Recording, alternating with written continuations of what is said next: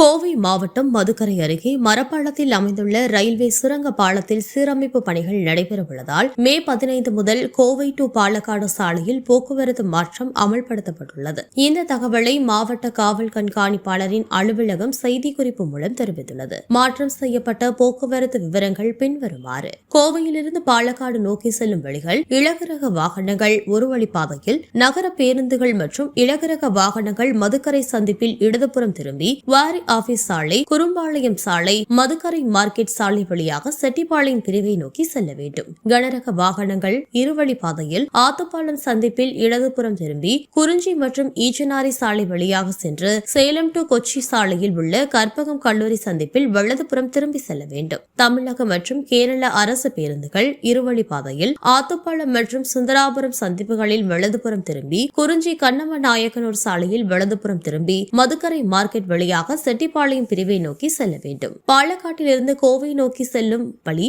இலகுரக வாகனங்களுக்கு மட்டும் செட்டிப்பாளையம் பிரிவில் வலதுபுறம் திரும்பி விறகு கடை பாலம் வழியாக தனியார் சிமெண்ட் தொழிற்சாலை வழியாக நகரமுனை நோக்கி செல்ல வேண்டும். பொதுமக்கள் மற்றும் வாகன ஓட்டிகள் இந்த மாற்றத்தை கவனத்தில் கொண்டு தங்கள் பயண திட்டங்களை வகுப்பது அவசியம் என போலீசார் கேட்டுக் கொண்டுள்ளனர்.